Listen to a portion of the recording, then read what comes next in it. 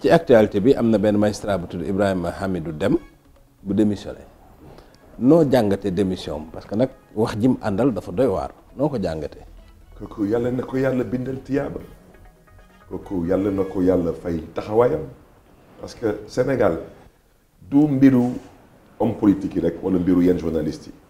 ku nekk ci ñun fu nga nekk yàlla may la responsabilité ngay gis lu nga xam ne nii jëmarul dëkk bi kanam da nga ko nar a dénoncer di ko xeex moo tax je pense que moom lu muy wax le juge Ibrahima Dème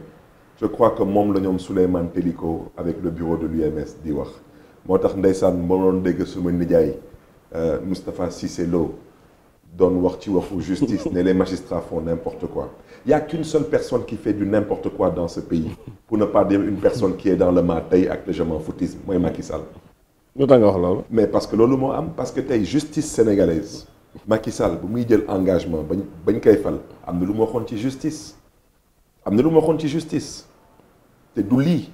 tey nag ngay jéem a noot un pouvoir. mais est-ce que du juge ci boppam ni ko Ablaye du waxee ñoo nekk jaam ci seen biir bopp. parce que Ablaye Wade dem na ba ni dafa mel ni ci ñoom la daal. mais loolu dafa am. parce que la justice sénégalaise est indépendante. man am na lu nga xam ne ni d'accord naa ci ak union des magistrats du Sénégal am na lu nga xam ne d'accord duma ci ak union des magistrats du Sénégal.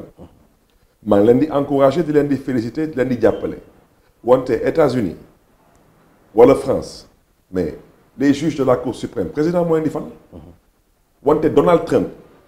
jinne pesu ko sax bu mu xalaat sax woo ci benn juge Cour suprême ne ko dama bëggoon daal Hillary Clinton bi wala ñoom Obama nga def leen lii xel xalaatu ko. France xel xalaatu ko donc ñu fi nekk tamit dañu xool seen taxawaay parce que nit ki nag lii di fulla lii di fayda lii di gëm sa bopp wax dëgg yàlla nag kooku moom yow la ak sa diggante yow la ak sa borom. fàttali mi léegi da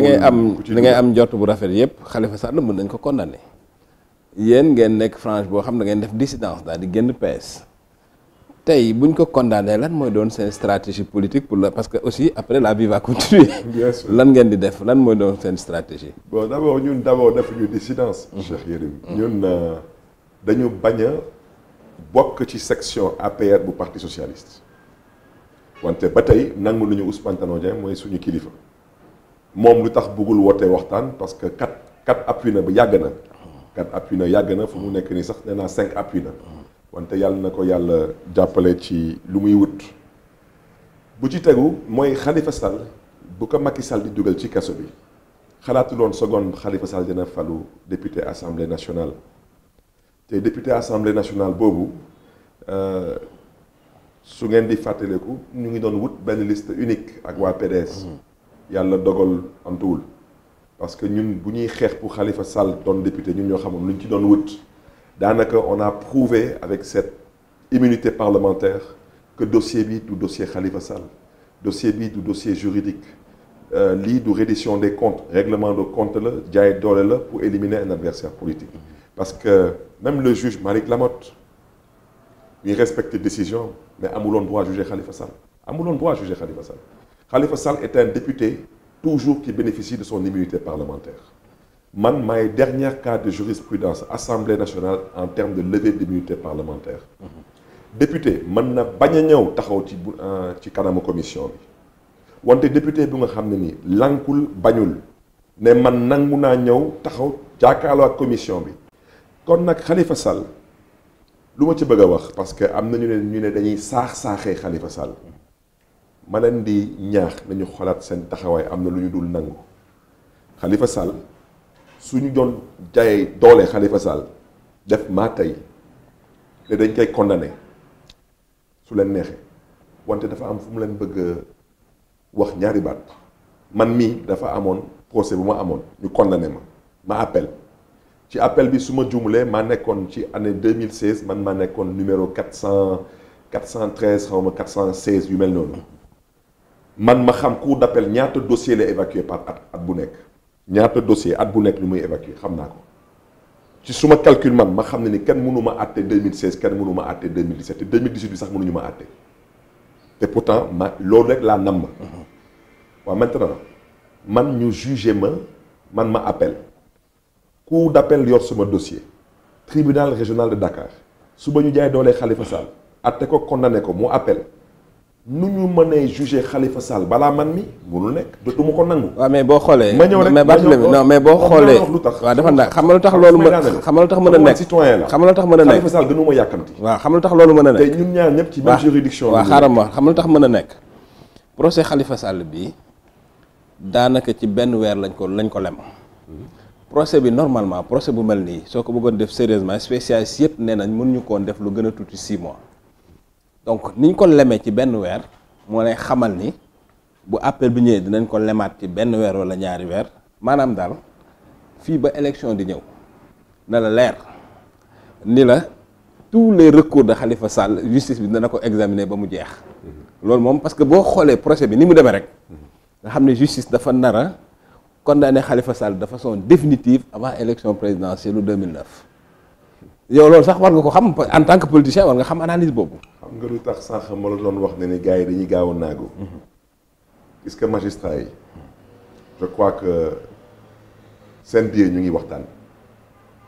te am nañ intérêt juboo seen biir parce que suñu jubóowulee seen biir bés bu mbedd bi di jóg seen kaw dinañ mere ku leen deful dara tey dëkk bi ragal dëkku fi dëkk bi ragal yeewu fi am na lu ngeen xam ne kenn du ko nangu ñu ngi toog ne pat gis ngeen am na benn wax bu ma doon wax ndeysaan ay kilifa woo ma ne ma Barthélémy daal dañu bëggoon nga bàyyi wax ci parce que lii mel ni benn góom bu ñu fajoon nga xosiwaat góom bi ma ne ko déet gars yi dañuy gaaw naagu foog ñu wax leen ndax ñu dellu siwaat seen xel yi nguur amoon na fi ñuy def lu leen neex parce que am na man parti socialiste laa bokk wante socialiste yi bu ñuy nekk ci pouvoir ci mbiru élection yi tamit des fois da doon am na muy demee mais Ablaye Wade moom nee na 88 moom xalaatul que dañ ko gagné moom nee na 93 leer na ko ne ni am na second tour mais lu xew si 93 mu am benn juge bu am fulla am juge bu fi am fayda amoon jom lool ñu ko doon wooye Kéba Mbaye mu taxaw ne lii duma ko def démissionné waa PS nekk fi PS kuñ ci rey ci PS reyuñ ci kenn ban kilifa PS lañ njabootoon ñàkk ci élection yooyu kenn ñàkku ci dara wante juge yi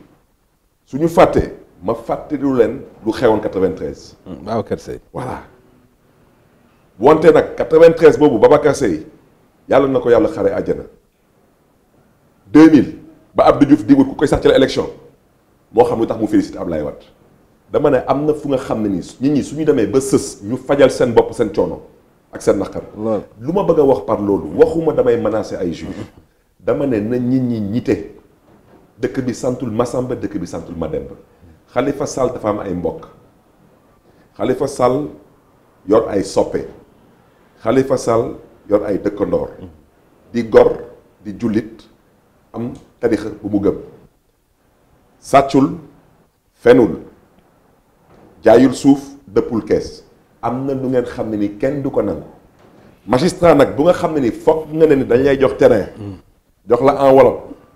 ne la yow la bien marqué nga ni demal acca bismillah wante lenn rek laa lay wax yow yeewoo ci palais sa doom yi suñu jàngee école amuñu GIGN sa jabar su demee marché amul bit noo ko déggee nag jàppee ko noonu loolu leer na mais boo xoolee ba ci biir Barthélémy procès bi dafa am man sama gis-gis lu bari luñ ci war a jàngee première fois bi ñu ci war a jàng mooy ay sondage yoo xam ni am na sax benn parti presse bu ko génne am na lu ci Dakar ak ci génne wane woon ni dans tous les cas de figure Khalifa Sall bu bokkoon ci élection bi deuxième tour dafay am. parce que boo xoolee sax dans une perspective de deuxième tour sondage yëpp dafa wane ni Khalifa Sall bu demoon tey ak Macky Sall deuxième tour moom mooy gagné analyste politique yu bari jàpp ni sondage yooyu moo tax Khalifa Sall nekk prison. Est-ce que léegi au-delà de tout est-ce qu'on ne doit pas s'interroger sur l'état global de notre démocratie au fait parce que problème bi affaire bi di poser mooy loolu est-ce que dans ce pays-là nit am na droit légitimement am ambition waaw wala déet loolu laa bëgg vraiment ñu xalaat ci élever débat bi un peu quoi. man dama bëggoon question boobu ñu bañ ci tudd ay tur parce que suñ tuddee ay tur ci suma xalaat bu gàtt te bokkuma foofu te jàppalewu ma leen pour man tamit Karim Wade dafa nar a bokk parce que lu tax ma wax ko noonu dama ne kenn amul droit Sénégal ne da ngay poñe démocratie wala da ngay galgal démocratie du question de ay nit wante Karim Wade su ci bokkoon second tour dina am te Macky Sall du ko fekkee te xam na ko te bokk na ci lu tax mu bëgg tamit téye doomu Ablaye Wade bitim réew bokk na ci tamit lu tax mu bëgg a téye Khalifa Sall ci kaso bi wante xam nga am na lu xewoon Gambie ndeysaan Yaya Jammeh jël ñëpp tëj ci kaso bi fàtte nag que yàlla am na plangam yàlla ne cappax génn benn waay ñu koy woowee Adama Barrow waa ji taxaw ne ko màngook Macky Sall lenn rek moo ko mën a garantir au second mandat mu jël 15 millions sénégalais yëpp tëj ñëpp ci kaso bi parce que tey Khalifa Sall suñ ko doon jaay doole sax dañ ci ko ci kaso bi rab ko ci kaso bi kenn ci njabootu Khalifa Sall dina teg candidature Khalifa Sall te samp bosam wante candidature Khalifa Sall la suñu noon dugal ñëpp ci ñun ci suñu njaboot dina am kenn ku yëkkati loxo. donc si je comprends bien non li ma bëgg a comprendre mooy donc yéen nekku leen ci dynamique gu soutenir ku mel ni Idrissa Seck c'est-à-dire tey bu Khalifa Sall demoon ba ñu condamné ko définitivement yéen da ngeen di am candidat seen candidat bopp. kooku moom du lu ñuy laam-laame loolu wax nañ ko parce que Khalifa Sall du caisse d'avance ko dugal ci kaso bi man Barthélémy Diaz du nit bu ñàkk bakkanam ci buntu mairie bi moo tax ñu ma doon àtte c'est parce que man Barthélémy Diaz dama ne PS dafa na am candidat te suma candidat man Khalifa Sall ñu jaay ma doole te ñoom ñooñu buñ may def luñ may def ci buntu mairie bi ñoom lépp la ñu fekkee jàppale ma te ñoom ñoo ma dugal seen liste député te ci kaso bi laa nekkoon jour buñ may yëgal ne ni que maa ngi ci liste bi ci kaso bi laa nekkoon di football petit camp ak gars yi mais petit camp sax du ma ko sax fàttaliku du ma ko sax fàtte maa ngi petit camp ma meroon parce que dama daanu woon faxastaru daanu garde bi ñëw ne ma may yow rajo bi ngi nenegee dañ laa investir xanaa yow da nga am rakk ma ne ko déet gars yi jumuñu man la xam naa dañ may delloo njukkal rek man laajuma dara ñoom ñoo ma dugal ma falu nekk député ñu jël ma dugal ma biir bureau assemblée nationale jox ma titre ak avantage yu ministre ma dem ba ci biir man tooñu ma leen xasuma leen saaguma leen damaa ne rek dëkk bu nga xam ne ni fii laa juddoo fii laa yaroo jàpp naa ne ni que il mérite mieux que ça te su ma yaakaar Khalifa Sall ñu woo ma tribunal jaay ma doole yàlla def ci sutura Khalifa Sall caisse d'avance dugalu ko lu ko dugal mooy dafa nekk moom jamais ñetti yoon on renoncera à notre ambition. mais léegi candidature boobu ci seen camp est-ce que du moo def sa division entre yow ak Bamba Fall au fait c'est-à-dire Bamba Fall man j'ai du mal à lire jëm mais xam naa ni daal ku jege nguur gi la en même temps nee na ci Khalifa Sall la bokk ba léegi mais est-ce que wuute gis-gis boobu ci seen diggante maanaam yow nga bëgg a nekk candidat moom mu bëgg a négocier nguur gi moo tax ngeen xaw a juyoo ci gis-gis. non pas du tout je crois que Bamba moom lu mu wax Sénégal ñëpp a ko dégg Bamba Fall suma doomu ndey la suma xarit la. wante bokkuñu gis-gis waaw mais est-ce que non parce que xam lan mooy sama problème la koy wax. waaw bokkuñu gis-gis. parce que Bamba nee na moom dina def kéem tolluwaay kàttanam pour Khalifa Sall génn ci kaso bi kon man maa ngi ko ci jàppale di ko encourager wante Khalifa Sall su bëgguloon dugg ci kaso bi du dugg ci kaso bi parce que man am na lu ma ci xam te ba tey nii Khalifa Sall dafa respecté juge yi rek ndeysaan ñoo taxaw kanamu tribunal bi jox leen seen cër ak seen wàccuwaay wante am na fi Idrissa Seck bu fi wax fan yi rek nee na xaw ma ñu koy ay waxu magistrat mais Idrissa Seck lu mu wax moo am wax mais xam na ni que mbir bi du ay waxu justice c'est politique Khalifa Sall su bëggoon dugg ci kaso bi sujet verbe la naroon wax amul complément du dugg te xam naa ci dara ci biir kaso bi su ko neexoon semaine du ko fa toog parce que am na ay nit ñu nga xam ne ni ñëw nañ ci kaso bi waxtaan ak Khalifa wante Khalifa nee na leen ñetti yoon jamais on renoncera à cette ambition. Renoncer à cette ambition c'est trahir le socialisme sénégalais ñun moom rek la ñu am tey lépp lu ñu am ginnaaw suñu wóojur seen ñaan PS ñu ko jox socialisme ñu ko jox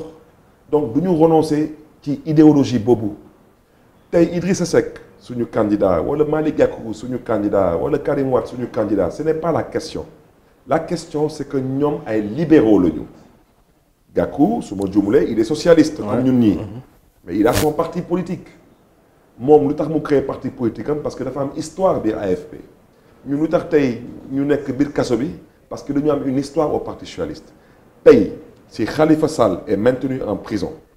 nous allons nous battre pour qu'il soit candidat en prison comme ce fut le cas ci affaire législative bi ñu fal ko député ci biir su mënul nekk candidat yow yaay nekk candidat waxuma man may nekk candidat wante suñu njaboot ñun waa PS dina ci am candidat man suñu ma dugalee ci kaso bi ci njaboot bi keneen dina yëkkati loxoom suñu doon dugal ñëpp ci kaso bi xam naa Macky Sall dina jaaxle wante dina am benn xale bu ndaw buy génne nii boppam rek ne mangook c'est le principe c'est le principe